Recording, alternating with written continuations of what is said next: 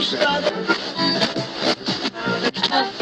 welcome to Reviews for Adults. My name is Ali, and today we'll be reviewing the film Land, which had its worldwide premiere at the Sundance Film Festival this year. The film is directed by Robin Wright in her feature film directorial debut for Focus Features. Land stars Robin Wright and Demian Bichir, and it follows the two characters. Well, really, it follows Edie, who is played by Robin Wright, as she decides to move to a secluded area of the Rocky Mountains and tries to live off of the land as a way of coping from a traumatic event in her life. On the verge of death, Edie is rescued by Miguel, played by Demian Bichir, who teaches Edie how to survive in the wild. So in the review that I wrote for Land, I called it an essential volume of Americana cinema. Now, let me explain what I mean by that. Okay, so back in the 1820s and the 1830s here in the United States, there was a writer by the name of Ralph Waldo Emerson who wrote about his views on nature. A communion between man and nature can have a spiritual bent. Now, his ideas ultimately became what is known today and what started then as the Transcendentalist movement that Henry David Thoreau was also a subscriber of. Again, this movement sort of imbues nature with a sense of spirituality and a kind of religious devotion that is usually attributed to God. So Land is a very silent film. You see Edie as she is learning to understand the rhythm of the new life that she has chosen for herself, which means that in the first half of the film, she doesn't really know how to survive in this scenario, in this setting. And as the film progresses, she learns, with the help of Miguel, the rhythm of what she needs to do in order to survive in the wilderness.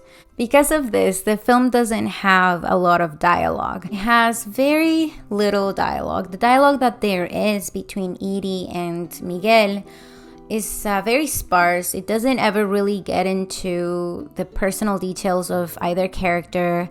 And what we do see is them building a friendship on the boundaries that each character independently has set for themselves and for each other. So it's really a sort of relationship that is built on trust, that is absolutely devoid of any personal details regarding their histories.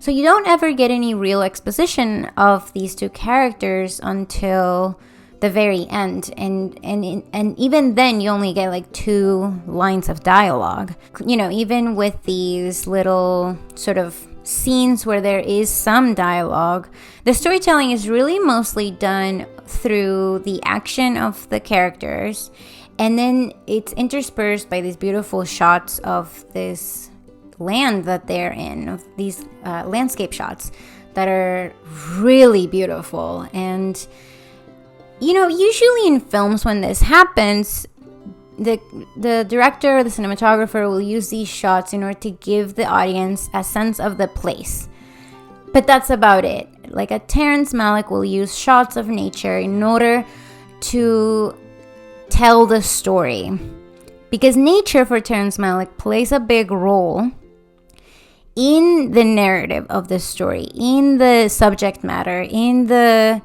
relationship of the characters to each other and to their world, right? So in this film, in Land, the shots are used in a, well, you don't really know what they are used for until the very end, when the meaning of those shots really comes to fruition. It comes to the fore with an emotional, gut punch that is so effective. Rather, the film focuses on the unassuming relationship between these two characters in a very sort of quiet and tentative way. These two adults, these two bruised adults, you get to know them, the audience encounters them not as characters in the middle of a narrative, but as totally pristine characters that, okay, you know that they must have had previous lives, but you don't get any information about their previous lives. So in this way, you don't, as the audience, there is no information by which to judge these characters.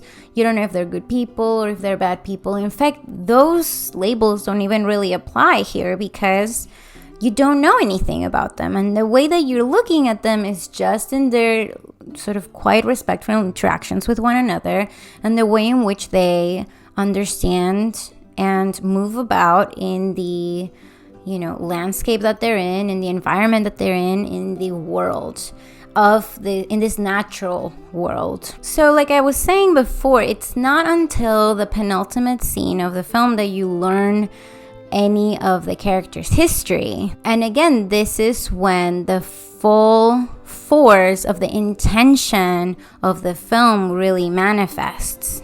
So the nature of the film, the scenes, the shots of nature in the film, the land, acts as an all-encompassing, healing, and forgiving entity. Now, to me, in that last scene, or in that penultimate scene, when I understood that these shots of nature were used narratively in a very sort of non-vocal way, and almost in an indirect, I guess not even indirect way, but they were used in a way that adds to the narrative of the story. It really reminded me of Ralph Waldo Emerson and this tradition of transcendentalism that is very, very American. Well, not even very, very American. It is American. But it really is particular to America because of Ralph Waldo Emerson's and their group of intellectuals' relationship to the land of this country, of this continent, and how they understood that this nature, this land, these majestic rocky mountains are imbued inherently with a sense of godliness, and not even in the way of like, oh, God created this beautiful mountains, but more in the way that nature in and of itself is this sort of entity that is godlike. So in this way, when we look at these two characters, it's almost as if we're looking at like a pre-fall Adam and Eve. We're looking at these characters in this pristine environment without the prejudice of their sins or of their guilt, of their shame. And it's not until Edie gets back into the world of men, when she comes down from the mountain, that the full scope of a human being's sort of social world comes to bear on the story. So in this way, because there's not very much exposition, and not the little bit that there isn't even given until the very end of the film, the story is told in a way that it lets you make your own mind about how to feel about these characters. So it's in no way emotionally manipulative. And this is very interesting because this sort of story and this sort of themes can be, usually bank on the audience's instinctual, reaction to a tragedy, right? To a tragic setting.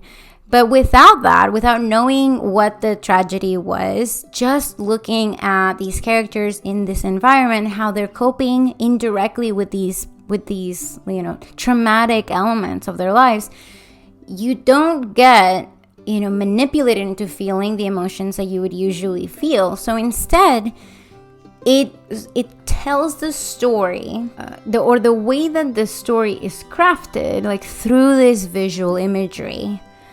It then lets you it puts you in a position that is almost like a checkmate move, where it's like, oh, the penny drops. That's the moment where you're like, oh my God, this is what this film is about.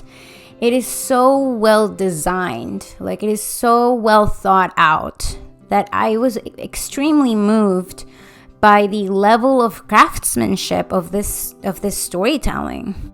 So this is why I say that this film is an essential volume in the sort of Americana cinema. And I don't mean just American cinema, though of course we could say that too, but I mean Americana very specifically because I think that there is a sense in American culture of a very distinctive type of relationship to one's environment that is individualistic, and in so far as we're talking about transcendentalism, it is spiritual. So in conclusion, this film is extraordinarily effective, and it tries to pull off like a very difficult feat of storytelling that appears simple but isn't.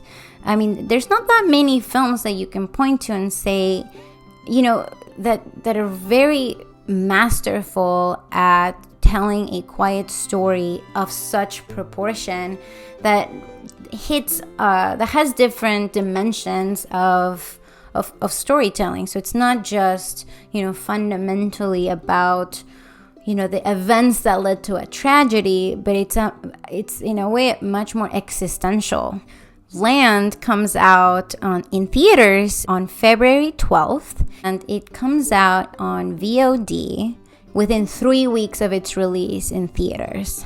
Coming this week on Philosophy in the Movies, we'll be premiering an episode of Analysis of a Glitch in the Matrix. In the meantime, you can check out any other videos that we have on this channel, and you can always go to ReviewsForAdults.com in order to read any reviews or features that we may have on there. For Reviews for Adults, my name is Alicia Barrena. Thank you for watching.